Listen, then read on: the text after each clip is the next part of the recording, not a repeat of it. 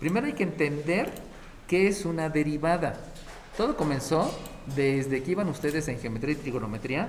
Y en geometría y trigonometría a ustedes les dijeron primeramente que hay un triángulo, donde un triángulo hace referencia que tiene tres ángulos, por eso se llama triángulo. Jamás se ha dicho que son tres lados, son tres ángulos. Y ahí les mencionaron que había lados perpendiculares y por lo tanto ese era un triángulo rectángulo.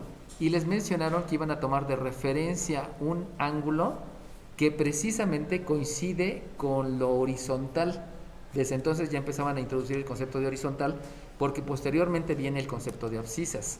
Y entonces les mencionaron que el lado que está enfrente se nombra como cateto opuesto y el nombre que está pegadito al ángulo se llama cateto adyacente. También les mencionaron que el lado más grande se nombra hipotenusa, el cual ahorita no tiene importancia, y entonces un tipo, Pitágoras, definió sus funciones y definió a través de operaciones las funciones trigonométricas. La función trigonométrica más importante es la tangente del ángulo. Y esa tangente la definió a través de una operación que es la división, donde se está dividiendo la longitud del cateto opuesto entre la longitud del cateto adyacente. No importan las unidades, solamente importa que sea el mismo tipo de unidades, y de ahí ya se acaba lo que fue lo importante referido a geometría y trigonometría. Pero entonces pasamos al curso de geometría analítica, y en geometría analítica les enseñan que existe el eje de las abscisas, les enseñan que existe el eje de las ordenadas y que ahí pueden ubicar puntos. Entonces, si ustedes ubican al punto A y ustedes ubican al punto B, resulta que voy a tener una abscisa del punto A, voy a tener una ordenada del punto A, voy a tener una abscisa del punto B y voy a tener también una ordenada del punto B. Acuérdense que en geometría analítica les mencionaron que existen las proyecciones ortogonales. Una proyección ortogonal son las líneas perpendiculares que permiten ubicar al punto. Entonces, aquí hay una línea perpendicular que de hecho no se dibuja, se las estoy mostrando solamente para que se acuerden, y aquí hay otra línea perpendicular al eje de las ordenadas precisamente para la ubicación. Aquí viene otra línea perpendicular al eje de las abscisas y aquí viene otra. De ahí entonces puedo entender que si yo uno esos dos puntos a través de un segmento, me doy cuenta de manera prácticamente inmediata que resulta que tengo una figura parecida a la figura que tenía anteriormente. En otras palabras, aquí observé que hay un triángulo rectángulo, pero aquí también estoy observando que hay un triángulo rectángulo.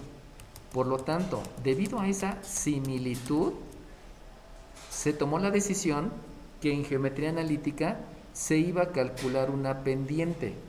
Una pendiente es una inclinación. En esa inclinación te están diciendo lo que sube con respecto a lo que avanza. Pero eso que sube es precisamente lo que antes conocías como cateto opuesto. Y lo que avanza es lo que antes conocías como cateto adyacente. Y entonces te enseñan que para poder calcular lo que está subiendo, debes de hacer una diferencia entre la ordenada de la B y la ordenada de la A. Y para calcular lo que avances, debes de hacer una diferencia de la abscisa de la B menos la abscisa de la A. Por lo tanto, debido a eso que te enseñaron, que fue una conceptualización, están conceptualizando las distancias, resulta que la pendiente te enseñaron a calcularla como la ordenada del punto B menos la ordenada del punto A dividida entre la abscisa del punto B menos la abscisa del punto A. Aquí hay que agregar que acuérdense que los puntos jamás se han nombrado por números. O sea, yo no puedo decir que la pendiente es Y2 menos Y1 entre X2 menos X1, porque eso está teniendo una imprecisión bastante grave, debido a que ningún punto está nombrado con números, todos son con letras mayúsculas. Y como debe de haber una correspondencia con lo que enseñan en el curso pasado y el curso actual, yo no puedo mencionar que hay puntos que se nombran por números. Por eso decir que es Y2 menos Y1 entre X2 menos X1 es una imprecisión bastante grave debido a la incoherencia de un curso con el otro. Por eso apréndanse la fórmula así. Es la ordenada de un punto más la ordenada del otro, etcétera, etcétera. Ahora bien, ya que acabamos con el curso de geometría analítica, resulta que venimos al curso de cálculo diferencial. Y en el curso de cálculo diferencial, lo que ocurre es que ahora al eje de las ordenadas lo nombramos como el eje de la variable dependiente y al eje de las abscisas lo nombramos como el eje de la variable independiente. Vamos a conservar la letra X para nombrar la variable independiente, pero sabemos que la variable dependiente se nombra con una f de x, no se utiliza una y como antes. Y volvemos a ubicar al punto A y volvemos a ubicar al punto B. El cambio radical es el siguiente. Debido a la proyección ortogonal, yo voy a mencionar que esta abscisa ya no me importa que sea del punto A. No me interesa el punto. ¿Por qué no me interesa el punto? Porque en cálculo diferencial ya no me importan los puntos. Lo que me importa es el comportamiento del fenómeno. Por lo tanto, deja de ser punto A y deja de ser punto B. Ese es el primer concepto importante. Obviamente, siguen existiendo las proyecciones ortogonales porque la proyección ortogonal me permite ver la posición en el plano cartesiano. Obviamente, sigue existiendo el segmento porque el segmento es lo que me une a esos dos puntos. Y si yo lo reviso, sigue existiendo el triángulo rectángulo. La figura continúa. El concepto importante de cálculo diferencial es que ya no hay punto A y punto B. Vamos a generalizar. Y esta generalizar, es lo que permite que cálculo diferencial se utilice en cualquier fenómeno físico, químico, social, económico, etc. Y la manera de generalizarlo es la siguiente. Esta primera le voy a llamar simplemente abscisa. Acuérdense que una abscisa me representa una variable independiente. Y específicamente me está representando la primera. Y a partir de ahí, entonces va a surgir un concepto que se denomina incremento de la variable independiente. En otras palabras, en lugar de tener una resta, cálculo diferencial te dice, mejor manéjalo como incremento. ¿Por qué? Porque estoy partiendo de un inicial y me voy a mover con respecto a esa inicial. Incremento de la variable independiente. Y lo cual me da mucha aplicación porque entonces estoy pensando que parto desde ahorita. En otras palabras, no estoy partiendo desde el año 0, sino estoy partiendo desde el año 2022, específicamente el 23 de marzo. Eso es lo que me da la gran ventaja de olvidarme del punto A y del punto B y solamente pensar en un inicio y que de ese inicio te vas a desplazar. ¿Cuánto? Un incremento. ¿Cuánto? Pues puede ser para adelante o puede ser para atrás. Eso lo estaremos viendo ya en las aplicaciones. Por lo tanto, esta resta se convierte en un incremento de abscisas. Esta resta se convierte en un incremento de ordenadas. Pero acuérdense que en cálculo diferencial no existe la ordenada como letra Y, sino existe la ordenada como una f de x.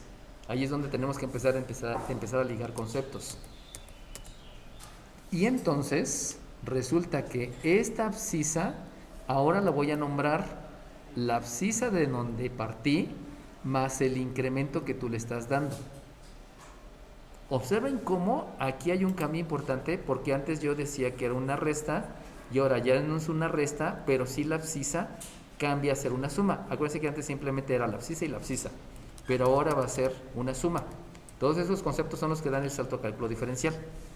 Ahora bien, yo ya sé que esta no se llama ordenada porque estoy en cálculo diferencial, sino esta se llama la función evaluada en x, exacto, f de x. Pero esta de arriba entonces se llama la función evaluada en la abscisa más el incremento, o sea, en la abscisa incrementada. Y entonces esta fórmula dependiente la debo de cambiar, ya no queda escrita de la misma manera. Y la fórmula dependiente entonces va a ser que la pendiente ahora va a ser una ordenada de la B Pero si ustedes se acuerdan, la ordenada de la B era la que estaba acá. En otras palabras, ahora hay que escribir esta. Y si ustedes escriben esa, les va a quedar la función evaluada en la abscisa incrementada. Y le van a restar, porque acuérdense que estoy tomando de referencia la fórmula de la pendiente, le van a restar la ordenada del punto A. La ordenada del punto A es esta que está aquí y por lo tanto la ordenada del punto A es la que estoy marcando en un círculo. Y por lo tanto, aquí le voy a restar la función. Esta es la función incrementada, esta es la función primitiva. Acuérdense que la primera función se llama función primitiva. Perdón, la función evaluada en la abscisa inicial, disculpen, la función evaluada en la abscisa de donde estoy partiendo. Esta es la ordenada debido a la abscisa incrementada y esta es la ordenada debido a la abscisa inicial. Aquí estoy mezclando otro concepto que no debí de haber dicho. Ahora bien, la abscisa del punto B, acuérdense que es esta que yo tengo aquí y ahora es la abscisa incrementada. Por lo tanto sustituyo y aquí escribo la abscisa más el incremento de la abscisa. Y por último, le debo de restar la abscisa del punto A, donde la abscisa del punto A es esta y donde ahora la abscisa del punto A está representada solamente por una abscisa. Por eso le resto la abscisa. En otras palabras, lo que estoy haciendo solamente obedece a un cambio en la manera de escribir, porque antes se llamaba, en geometría analítica se llamaba abscisa de la A y ahora no se llama abscisa de la A, sino ahora recibe el nombre de esta abscisa de la A, que es esta abscisa de la A, ahora recibe el nombre de solamente abscisa. Nada más le estoy cambiando de nombre, no estoy haciendo la gran cosa, pero eso me permite una conceptualización generalizada para poderlo aplicar en cualquier ámbito, no solamente en geometría analítica, no solamente en puntos. Y entonces viene el cambio más importante, y el cambio más importante es que ahora esta pendiente ya no le voy a llamar pendiente, sino a esa le voy a llamar como el incremento en las ordenadas, pero sabemos que el incremento en las ordenadas se simboliza como el incremento en f de x entre el incremento en las abscisas. ¿Por qué hago el cambio? Pues porque ahora no me interesa la inclinación, ahora me interesa algo más. Ahorita les voy a decir qué es lo que me interesa. Y entonces, la parte más fuerte del concepto es que le agregan un concepto de cálculo diferencial. Y el concepto de cálculo diferencial es el límite. Acuérdense que el límite quiere decir calcula la ordenada de un punto o de un hueco. Por eso se agrega, porque pudiera ser que el fenómeno existe o ya no existe porque se rompió la liga, o ya no existe porque se murió la persona, o ya no existe porque se nos acabó el agua de tanto que está hirviendo. Y ese límite tú lo vas a calcular cuando el incremento, o sea, cuando esa distancia se acerca prácticamente a nada. Y esa es la parte más padre de cálculo diferencial. Vean la gran diferencia, ¿eh? Geometría y trigonometría y geometría analítica te está diciendo que es un lado que tú puedes ver con tus ojitos de la cara y es una distancia que tú puedes ver con los ojitos de la cara porque te das cuenta que subes y avanzas. Tú lo estás observando en un ambiente macroscópico. Pero cuando introduces la herramienta del límite, estás diciendo que tú quieres que prácticamente este lado sea cero. Y eso implica que estoy calculando la pendiente de un punto a otro punto. O sea, ya no hay triángulo. Es un punto y es otro punto. Es un átomo y es otro átomo. No sé si se den cuenta. Estoy reduciendo la distancia de la hipotenusa a lo mínimo. Y de hecho el cateto opuesto y el cateto adyacente ya ni se ven. Eso es la herramienta fuerte del límite. Esa es la conceptualización que deben entender. Que ya no estoy utilizando triángulos macroscópicos, sino son microscópicos. Y eso me permite pensar que estos dos puntos son solamente un punto, porque están pegados.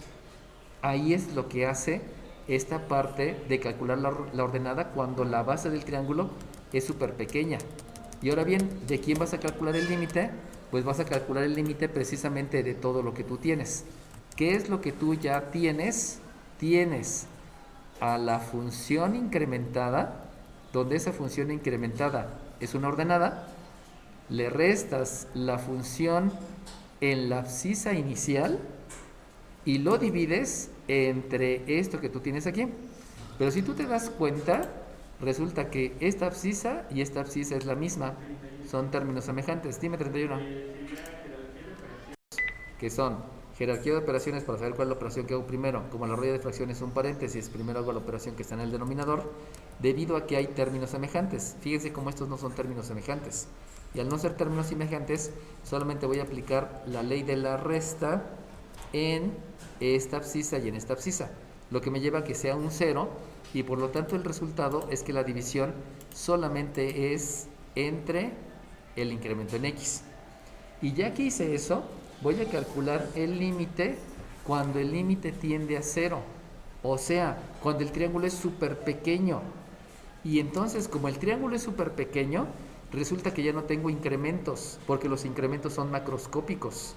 Y en ese momento tengo que renombrarlo y decir que ahora va a ser una diferencial de la variable dependiente entre una diferencial de la variable independiente. Vuelvo a repetir, esta D minúscula quiere decir diferencial. ¿Qué es una diferencial? Una diferencial es un incremento muy pequeño. ¿Qué tan pequeño? Como tú quieras. A lo mejor un incremento es un segundo, o 2 segundos, o un minuto. Todo depende de qué tan pequeño tú lo quieras. Un microsegundo, un nanosegundo, no lo sé. Pero ese es el concepto fuerte de lo que es cálculo diferencial. Entiendan bien esto. Si ustedes dividen dos diferenciales, van a obtener una pendiente. Pero si aplican los 4 pasos, ¿cuáles son los 4 pasos? Primer paso, incrementar la función, restarle la función original, dividirlo entre el incremento y calcular el límite. Esos son los 4 pasos. Entonces lo que tú vas a obtener va a ser una derivada. Que les quede bien claro, porque eso les causa un montón de confusiones, chiquillos. Vuelvo a repetir, si tú decides dividir dos diferenciales, o sea, si tú decides dividir dos incrementos pequeños, vas a obtener una pendiente. Pero si tú decides primero incrementar la función, luego restar la función inicial, dividirlo entre el incremento y calcular un límite, entonces estás hablando de una derivada. Son dos conceptos diferentes, aunque estén unidos con un símbolo de igual. Son dos conceptos diferentes y dos situaciones completamente diferentes. Uno simplemente es una división de dos incrementos pequeños y el otro son 4 pasos. Aquí tienes, y vuelvo a insistir, aquí tienes una división de dos cantidades pequeñas, variable independiente, variable dependiente, pero en el lado derecho tienes 4 acciones: incrementar la función, restar la función, dividirlo entre el incremento y calcular el límite. Y entonces así obtendrás una derivada. ¿Qué es una derivada? Una derivada es una fórmula para calcular pendientes. Pero entonces, ahí viene la parte interesante. A ver, explícame. Si tú me acabas de decir que la derivada es de un punto a otro punto, ahí no hay una pendiente. Pero sin embargo, puedes trazar una recta que se llama recta tangente, y esa recta tangente sí tiene inclinación. Esa recta tangente sí tiene pendiente. Acuérdense que para trazar una recta necesito 2 puntos. Aunque los puntos estén pegaditos, ya ahí se traza la recta. Entonces, conclusión, la derivada es una fórmula para calcular pendientes de las rectas tangentes. Y entonces viene el concepto. Si yo tengo una curva, La recta tangente es la que pasa por un punto. Por lo tanto, si la recta tangente pasa por un punto, pues lo único que necesito es conocer ese punto para poder calcular la pendiente.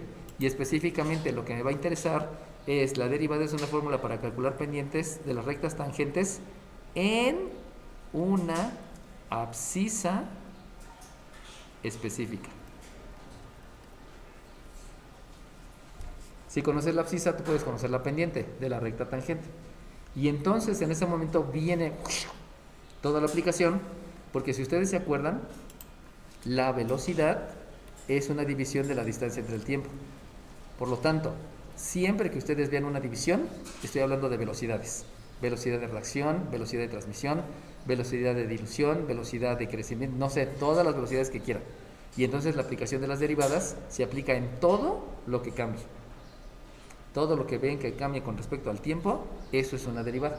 ¿Qué cambia? Cambia el dinero que tengo, cambia la edad que tengo, cambia el peso que tengo, cambia mi apariencia, y de ahí viene la aplicación de cálculo diferencial.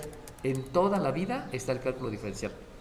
Lo único que falta es entender cómo aplicar el cálculo diferencial. Y entonces, si tú logras con una regla, un tornillo micrométrico, un vernier, lo que ustedes quieran, medir un cambio pequeño entre el cambio pequeño de la variable independiente, van a tener la pendiente, pero de ese punto en específico, de ese instante en específico. Pero si ustedes tienen una función que te está determinando un comportamiento, que te está modelando un comportamiento, y a esa función tú le incrementas, a esa función le restas la función inicial, la divides entre el incremento y le calculas el límite, en ese momento vas a obtener una derivada. Y la derivada es una fórmula para calcular la pendiente en cualquier instante. Esa es la gran ventaja y la diferencia de la derivada. Si solamente divides incrementos, obtienes la pendiente en ese momento. Pero si quieres obtener la pendiente en cualquier momento, tienes que hacer estos 4 pasos. ¿Cuáles son los 4 pasos? Incrementar la función, restar la función inicial, dividirla entre el incremento y calcular el límite. Entonces, lo primero que voy a hacer es incrementar la función. Si voy a incrementar la función, lo que debo de hacer es calcular la función en la abscisa más el incremento en la abscisa. Eso es incrementar la función. Por lo tanto, yo debo de escribir 1 entre t más 2.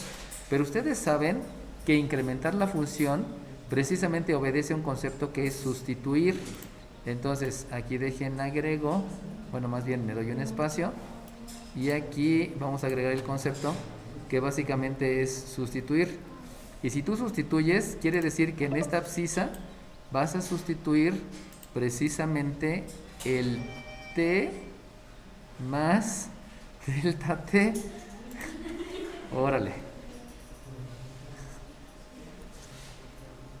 ¿Qué onda con sus alarmitas? Delta t. Ay. Delta t. Y entonces, fíjense aquí la parte importante.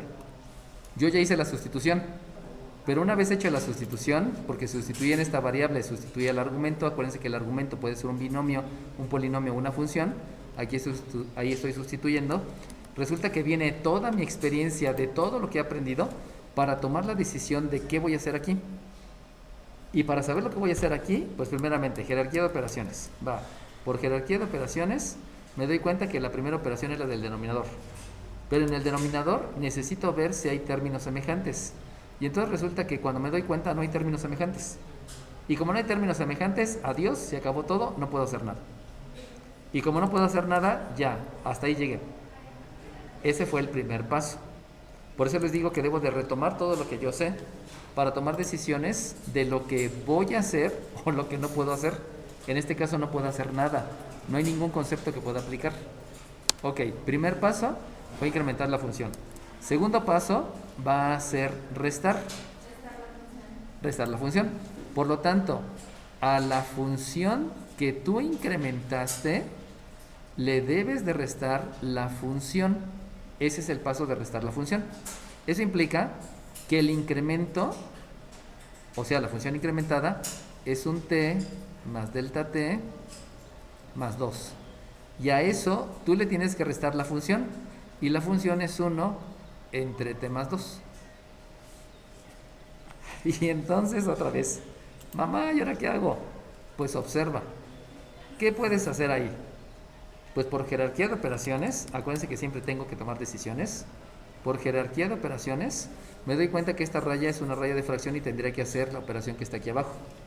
Pero resulta que entonces necesito ver si hay términos semejantes.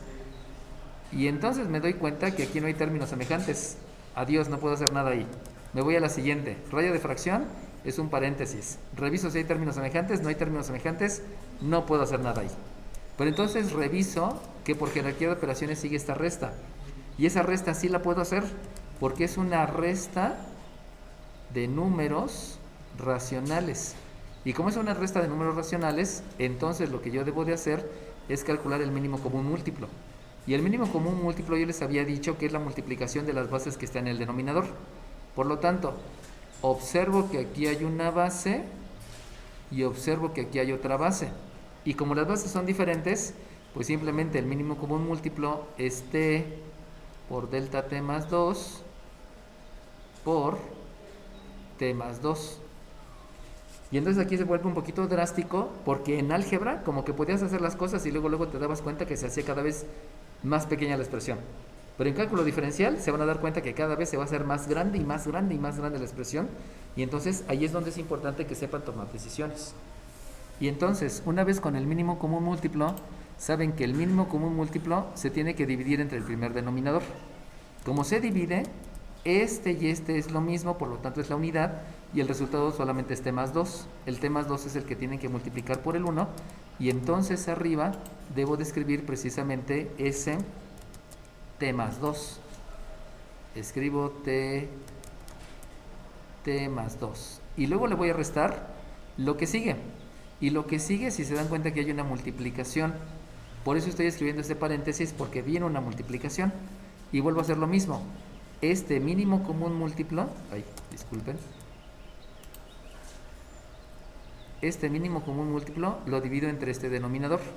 Lo que implica que voy a dividir esta cantidad entre esta cantidad y me va a dar 1. Entonces, este paréntesis es el que hay que multiplicar por el 1 de arriba. Y eso me lleva entonces a escribir un t más delta t más 2. Y entonces otra vez debo de tomar decisiones de qué es lo que debo de hacer. Por lo tanto, como veo muchas operaciones, sabemos que lo primero que debemos de hacer es la jerarquía de operaciones. Y la jerarquía de operaciones me dice que como aquí hay una raya de fracción, primero vamos a hacer las operaciones que están en el numerador. Y la operación que está en el numerador, la primera es la multiplicación. Y esa multiplicación me va a llevar entonces a una propiedad distributiva. Pero al hacer la propiedad distributiva me voy a dar cuenta entonces que ahora sí hay términos semejantes. Y si hay términos semejantes, me doy cuenta que esta t es semejante con esta t. Pero por la propiedad distributiva me va a quedar menos t. Obviamente debo de incluir también la ley de los signos y por lo tanto la ley de la resta. Y entonces me doy cuenta que esta t con esta t me da 0. Verifico los otros términos semejantes. Los otros términos semejantes que veo con mis ojitos de la cara es este 2 con este 2, pero como hay una propiedad distributiva y la ley de los signos, también me va a dar 0. Y entonces, aplicando todos esos conceptos, me doy cuenta que la función incrementada menos la función inicial es menos delta t entre t más delta t más 2 multiplicado por t más 2. ¿Alguien me puede decir por qué no hice la multiplicación en el denominador? Y aquí resulta que esta multiplicación no la hice porque ustedes saben que todos los resultados deben estar factorizados, o sea, deben estar expresados en factores. Por eso se deja indicada la multiplicación y no se realiza en el denominador. En el numerador, pues forzosamente la tenía que hacer porque ahí no hay factores. Lo que había son términos semejantes. Y entonces, si ustedes se dan cuenta con sus ojitos de la cara, por jerarquía de operaciones, ya no hay operaciones en el numerador, y en el denominador ya no puedo hacer operaciones porque ya está factorizada. Conclusión, ya terminé el segundo paso. Primer paso, terminé aquí porque ya no podía hacer nada. Debido a eso, ya, primer paso. Segundo paso fue la resta. Y hasta que ya no hubo manera de aplicar conceptos, hasta ahí llegué. Y entonces ahora sí, pasamos al tercer paso. 30. Dime 30. Es dividir el incremento. Ok, es dividir entre el incremento. Entonces, llegó el primer paso, ¿hasta dónde el segundo paso? Y hasta dónde el tercer paso. Porque no se trata de resolver una ecuación y generalmente pensamos en resolver ecuaciones y que debemos de obtener un resultado. Por eso debes de saber, hasta aquí llegué por esto. Y entonces, el tercer paso, como dijo su compañera, es dividir entre entre el incremento de la abscisa.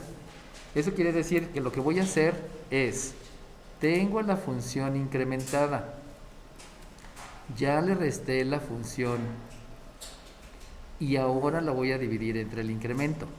Eso quiere decir que si ustedes se dan cuenta, ahí se va a poner como que medio intenso, porque necesito tomar decisiones de álgebra. Fíjense bien, ¿eh? Profe, Dime. Número 4. Dime 4. Yo les estoy escribiendo que aquí estoy inventando. Ay, disculpen.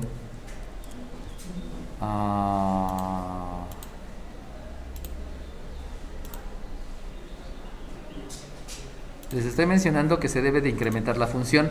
Pero acuérdense que la función, estoy diciendo cuál es la variable independiente y cuál es el incremento. Luego les dije que se resta la función. Y en la función otra vez estoy haciendo mención de cuál es la variable independiente. Acuérdense que generalmente a mí me enseñaron a estar trabajando con X y con Y. Pero aquí debo de tener bien claro que es variable independiente y es variable dependiente. Aquí también estoy escribiendo específicamente a la variable independiente. Y aquí yo me resbalé y ya no les escribí la variable independiente, sino les escribí una X. Esa imprecisión es muy común porque estoy trabajando con variables independientes y no estoy trabajando ni con X ni con las abscisas. Entonces sí tengan mucho cuidado, por favor, cuando estemos hablando de las derivadas, porque hay que tener mucho visión y estar cuidando que se escriba adecuadamente las variables. Habíamos dicho que va a ser un menos delta t entre una t más 2. Voy a reordenar. Estoy escribiendo primero el término más pequeño en longitud, o sea, porque nada más es un binomio, por delta t más 2. Y fíjense cómo esta tiene que estar dividida entre delta t. Pero entonces viene el concepto. Y el concepto de aritmética, o sea, el concepto de números, es que a ti te enseñaron que estos números que están aquí arriba se están multiplicando. ¿Por qué se están multiplicando? Porque hay un menos que multiplica el incremento en t. Pero estos números que están abajo están dividiendo al numerador. Por lo tanto, como estos dos factores están dividiendo al numerador, cuando yo les estoy pidiendo que a este resultado lo dividas entre delta t, lo único que necesitas hacer, para no tenerte que estar metiendo con la división de fracciones, lo único que debes de hacer es ampliar tu raya de fracción y este delta t que debe dividir a este resultado, escríbelo donde están los que dividen. O sea, ya no estoy poniendo esta fracción entre delta t, estoy utilizando un concepto de aritmética. ¿Qué opción? De escribir la delta t en el denominador, o sea, esta ya no la tengo que dividir entre delta t, simplemente la escribo en el denominador. Ya estoy haciendo el tercer paso. Y como ya hice el tercer paso, debo de revisar qué es lo que voy a hacer aquí. Y si ustedes se dan cuenta, otra vez necesito comenzar por jerarquía de operaciones. Y la jerarquía de operaciones me dice, por ser una raya de fracción, haz las operaciones que están en el numerador. No hay operaciones. Por ser un paréntesis, haz primero las operaciones que están en el denominador. No puedo porque ya está factorizado. Todos son factores. Y entonces, lo que sí puedo hacer es que puedo dividir este incremento de t entre este incremento de t. Y si lo divido, el resultado me da la unidad. Y por lo tanto, la función incrementada menos la función dividido entre el incremento de la función, el incremento de la variable independiente, perdón, me va a dar un menos 1. Obviamente eso quiere decir que también estoy aplicando la ley de los signos, porque estoy dividiendo un signo negativo entre un signo positivo, me da un menos 1 dividido entre una variable independiente más 2 multiplicado por la variable independiente más el incremento de la variable independiente más 2. Y entonces, ¿cómo sé que ya terminé? Pues otra vez hay que revisar lo que yo tengo. Y lo que yo tengo sabemos que se revisa a través de jerarquía de operaciones. Y en jerarquía de operaciones me dice, haz las operaciones que están en el numerador. No hay. Haz las operaciones que están en el denominador. Ya no, porque están factorizadas. Divide algo de arriba con algo de abajo. No puedo porque ya lo hice. Conclusión, ya concluyó el tercer paso. Ya no le sigo. Eso es lo importante que tienen que aprender aquí, ¿no? Hasta dónde debo de llegar. No nada más es hacer y hacer y hacer y hacer y hacer, sino necesitan determinar, de acuerdo a la argumentación, hasta dónde llego y por qué llego hasta ahí. Y entonces, como ya se cumplió el tercero, dime 41, es precisamente calcular el límite cuando me estoy acercando a cero. No cuando es cero, me estoy acercando a cero. Por lo tanto, eso quiere decir que si tú vas a calcular el límite, debes de sustituir 0 donde esté el incremento. Y si ustedes observan, el único lugar donde se puede sustituir es aquí.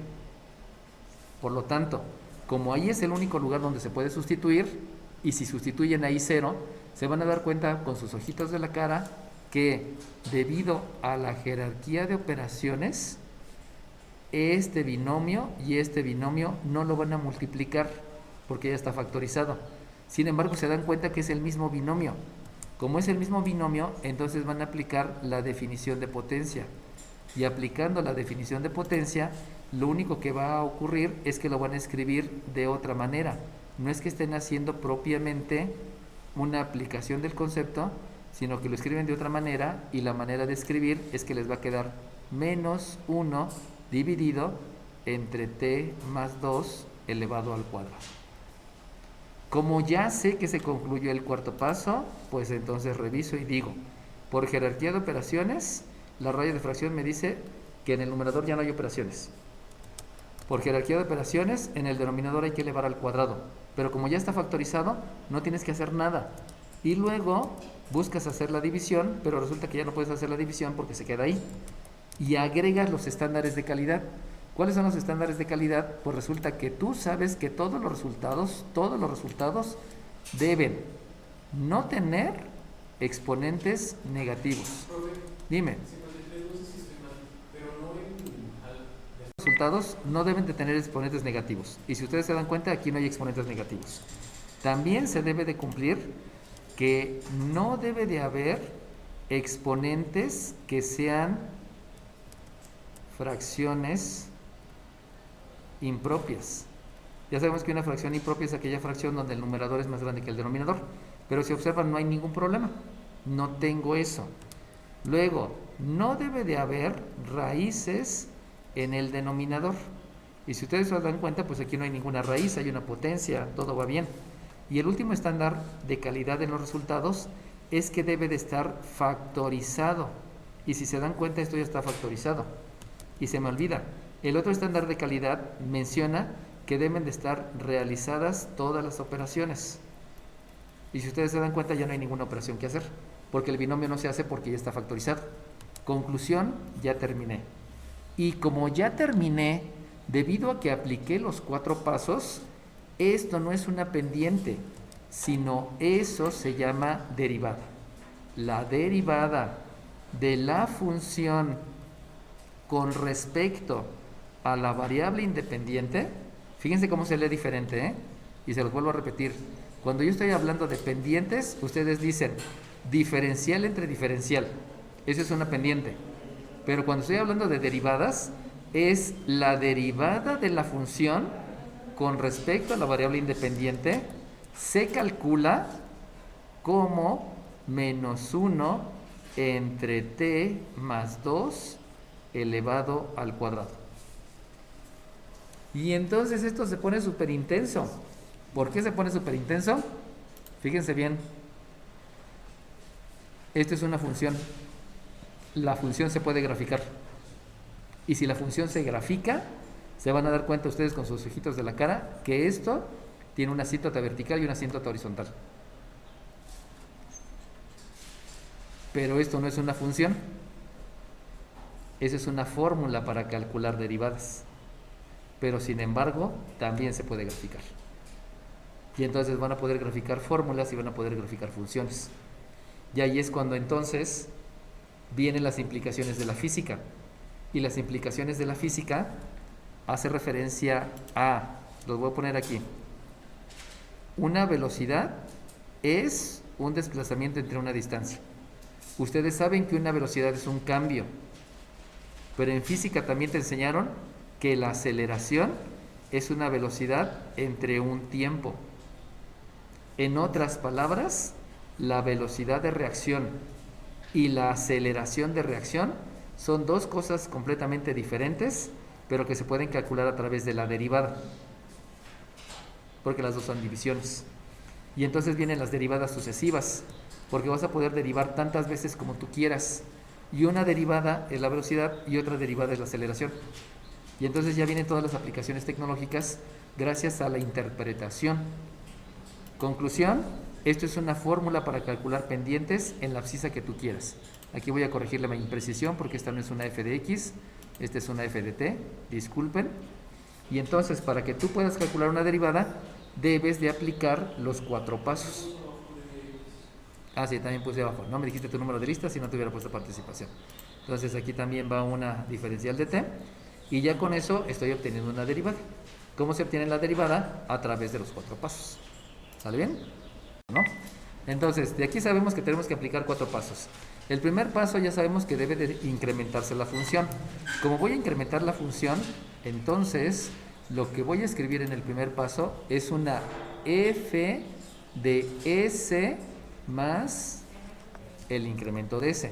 Y obviamente eso obedece a que tú tienes que hacer una sustitución.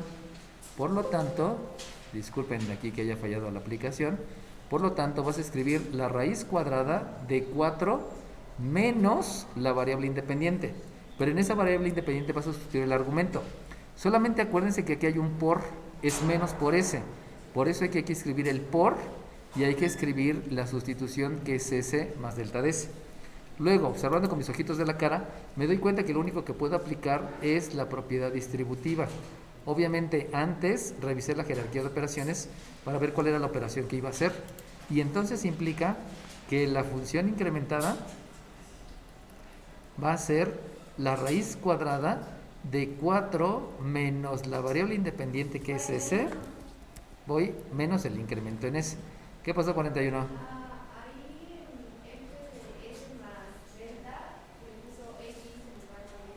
Muy bien, Dios te pague. Y entonces me doy cuenta con mis ojitos de la cara que por jerarquía de operaciones esta es la operación que debo de hacer, pero no hay términos semejantes. Como no hay términos semejantes, ya no hay nada que hacer. Y como ya no hay nada que hacer, concluí la primera condición, primero el primer paso, disculpen, y el segundo paso entonces es restarle la inicial. Disculpen que me vaya rápido, pero si no, no vamos a terminar, porque ya nos falta menos tiempo. Y entonces a la función le vas a restar la función, a la función incrementada le restas la función, y eso implica que a la raíz de 4 menos la variable independiente menos el otro incremento de la variable independiente, hagan bien sus s porque luego las s parecen 5, le va a restar la función que es 4 menos la s. Y entonces hay que tomar la decisión de qué voy a hacer. Recuerden que comienzo con jerarquía de operaciones. La jerarquía de operaciones me dice que esto es un paréntesis y tendría que hacer con términos semejantes ley de la suma y ley de la resta, pero no hay términos semejantes. Por lo tanto, me voy a la siguiente raíz. Aquí hay otro paréntesis. observo que no hay términos semejantes, por lo tanto no puedo aplicar la ley de la suma o la ley de la resta. Y por lo tanto me voy a la otra resta. Pero la otra resta debe de ser porque estos son términos semejantes y no son términos semejantes. Conclusión, adiós, se acabó, no puedes hacer nada. Solamente sustituiste, y lo cual es como que muy cruel, ¿no? Como que uno espera poder hacer más cosas, pero debes de tener calma y saber cuándo sí y cuándo no. Entonces te vas al tercer paso, y ya saben que el tercer paso es dividir. Por lo tanto, si tú divides, resulta que tienes la función incrementada menos la función dividido entre el incremento. Entre el incremento. Y eso quiere decir entonces que vas a tener un incremento en el denominador y en el numerador vas a tener 4 menos la variable independiente menos el incremento menos la raíz de 4 menos el incremento. Y entonces, con tus ojitos de la cara, empiezas a revisar qué es lo que puedes hacer. Y lo que puedes hacer es, por jerarquía de operaciones, resulta que tienes una resta. Pero habíamos visto que la resta no se puede hacer. Ya habíamos dicho que lo que está adentro tampoco se puede hacer. Y la división tampoco se puede hacer. Conclusión, ya no puedo hacer nada. Dime 31. En el denominador. Pero ahí lo tienes en el numerador. Por lo tanto no hay problema. Pero el problema es el siguiente. Si tú decides no hacer nada, porque ya te diste cuenta que por jerarquía de operaciones no hay nada que hacer, vas al cuarto paso. Y el cuarto paso es calcular el límite. Y calcular el límite quiere decir que vas a sustituir. Y si se dan cuenta, cuando sustituyen, ¿qué van a obtener? Deciden no hacer nada y directamente calcular el límite, se van a dar cuenta que el límite implica que van a sustituir, y si sustituyen un 0 en el denominador, les va a quedar una indeterminación, y si es una indeterminación ya no calcula la derivada. Entonces quiere decir que no, espérate, no te vayas al cuarto paso, porque si te vas al cuarto paso te vas a meter en un conflicto del cual no vas a saber cómo salir. Y entonces me acuerdo de lo que les enseñé en límites. Y en límites les enseñé que lo que pueden hacer es factorizar, pero también pueden multiplicar por un factor que sea la unidad. Y esa unidad se debe a racionalizar el numerador o a racionalizar el denominador. En otras palabras, lo que van a hacer es multiplicar por estas raíces. O sea, van a escribir aquí una primera raíz, que es 4 menos s. Les digo que hagan bonitas sus s porque mis s parecen 5. Siempre he tenido ese conflicto desde el kinder. Por eso casi repruebo kinder y me mandan a título. Y aquí hay que escribir la otra raíz. Pero como están multiplicando por la unidad, quiere decir que el numerador debe de ser idéntico al denominador. Aquí hay un 4 entre s y aquí también hay una raíz. Está la otra raíz, donde una raíz es 4 menos s y luego delta s, y aquí tengo un 4 menos s. Fíjense cómo estoy diciendo que estoy multiplicando por la unidad porque el numerador y el denominador son idénticos. Pero ahora lo que me hace falta es acordarme que este que está aquí es un binomio en resta y yo puedo multiplicar por el binomio conjugado, que es un binomio en suma. Y ese factor lo que me va a generar es un producto notable. Entonces, en lugar de hacer nada, porque no puedo hacer operaciones, decido multiplicar por la unidad.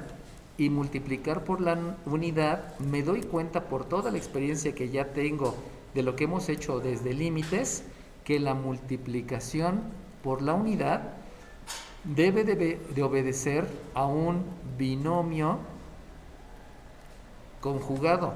Acuérdense que el binomio conjugado es el mismo binomio, solamente que en lugar de tener una resta, tiene una suma, o en lugar de tener una suma, tiene una resta.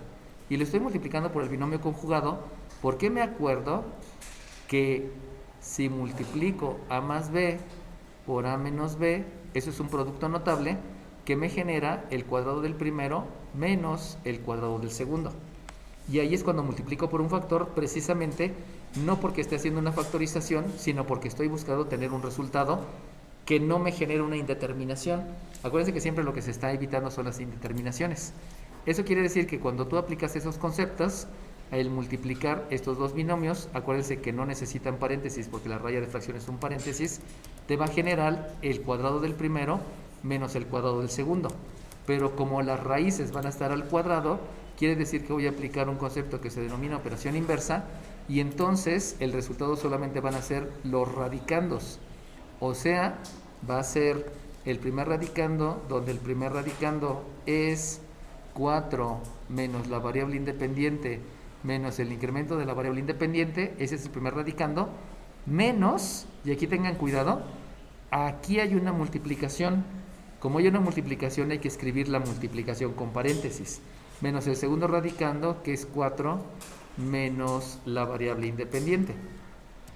Y entonces en el denominador van a tener el incremento de la variable independiente, que es este denominador, multiplicado por el otro.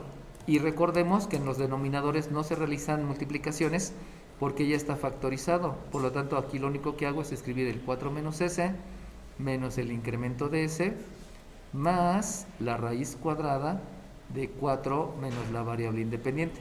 Acordémonos que la raya de fracción, esta raya de fracción es un paréntesis, por eso estoy escribiendo el paréntesis que estoy dibujando ahí en la última línea, ¿no? Bien, dime 36. Entonces, fíjense lo que dijo su compañero, Me dijo su compañero, divide este entre este. No, todavía no puedo. ¿Por qué no puedo? Porque por jerarquía de operaciones tienes que hacer otras cosas antes. Lo que tú me dijiste es cancelar. No puedes cancelar. Tienes que irte por jerarquía de operaciones. Y por jerarquía de operaciones te vas a dar cuenta que la primera operación que vas a hacer es del numerador. Y en el numerador observas con tus ojitos de la cara que tienes términos semejantes. Y si tienes términos semejantes, este 4 y este 4 son semejantes. Pero si te das cuenta hay una multiplicación y esa multiplicación precisamente es la propiedad distributiva. Y la propiedad distributiva es distribuir la multiplicación por los dos elementos de la resta. Y eso te va a implicar que vas a estar haciendo la ley de los signos. Y con esos conceptos, entonces te das cuenta que este es positivo y este es negativo, y por lo tanto tienes que aplicar la ley de la resta, y aplicando todos esos conceptos te das cuenta que el resultado es 0. Y como el resultado es 0, puedo hacer lo mismo con los otros términos semejantes. Y los otros términos semejantes es esta menos s y esta menos s, que con este menos por la propiedad distributiva te da más, y entonces uno es negativo y el otro es positivo y también te da 0. Y ahora sí, lo que puedes hacer por la jerarquía de operaciones es dividir este entre este, teniendo en cuenta que también viene aplicada una ley de los signos, porque tienes un negativo entre un positivo. Eso quiere decir que la función incrementada menos la función entre el incremento de la variable independiente te va a resultar un menos 1, acuérdate que la división te da 1, dividido entre la raíz cuadrada de 4 menos s, estoy escribiendo primero la raíz que tiene menos elementos, más la raíz cuadrada de 4 menos la variable independiente, más el incremento de la variable independiente. Y entonces tomo la decisión de si ya acabé el tercer paso o debo de seguir haciendo. Y si ustedes se dan cuenta con sus ojitos de la cara, por jerarquía de operaciones, ya no hay nada que hacer en el numerador y tampoco en el denominador porque no son términos semejantes. Y entonces ya concluí el tercer paso y por lo tanto me voy al cuarto paso. Dime 36. ¿Ya podemos calcular el límite? Sí, que era lo que le estaba diciendo, ¿no? Ya voy a calcular el límite. Entonces, el cuarto paso es calcular el límite cuando el incremento de la variable independiente es muy pequeño, prácticamente 0. ¿De quién?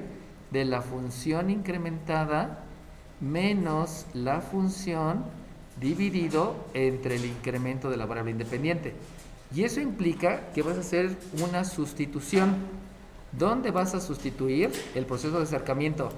La primera opción es buscar una sustitución. La sustitución la vas a hacer donde veas un incremento en S. Y si te das cuenta en toda esta, en el único lugar donde hay un incremento en S es aquí. Por lo tanto, si es ahí, no sé si se den cuenta con sus ojitos de la cara, que se ve luego que entonces este que está aquí y este que está aquí son términos semejantes. Y por lo tanto, aplicando el concepto de términos semejantes, me va a dar por resultado menos 1 entre ¿qué? Repetir, en términos semejantes se aplica la ley de la suma. Aquí tengo que esto es un 1, este es una raíz, y entonces 1 más 1 por la ley de la suma me va a dar 2, y lo único que debo de hacer es agregar la consideración de lo que me está marcando el término semejante. Por lo tanto, el resultado que voy a tener en el denominador va a ser 2 veces la raíz de 4 menos la variable independiente que es s. Y si ustedes se dan cuenta, ahí ya tengo entonces problemas, porque ese resultado no está bien escrito. ¿Por qué no está bien escrito ese resultado? 36. Dime 36. Porque hay una... Aquí el asunto. Entonces, resulta que, para concluir, este resultado de la derivada no puede ser. Acuérdense que aquí fueron términos semejantes, por eso fue 2. Y entonces, como hay una raíz en el denominador, yo debo de racionalizar el denominador. Y si voy a racionalizar el denominador, por eso multipliqué por 1, que es esta misma raíz tanto en el numerador como en el denominador. De ahí me doy cuenta que entonces, al estarse multiplicando esta raíz, voy a aplicar leyes de los exponentes, o sea, la base multiplicada por sí 2 veces, y de ahí me doy cuenta entonces que tengo una operación inversa, porque el cuadrado y la raíz son operaciones inversas y solamente va a quedar el radicando, y el radicando es 4 menos s. 1 por la raíz, ahí escribo el resultado, y 2 por el radicando, y entonces les había mencionado que esta que está aquí es una fórmula para calcular pendientes en la abscisa que tú quieras. El abscisa 2, el abscisa 3, el abscisa menos 10, no importa, ¿no? Lo único que hay que hacer es sustituir. Pero lo importante es que todo provino de esta gráfica. Y esa gráfica que está ahí es una parábola. ¿Cómo sé que es una parábola?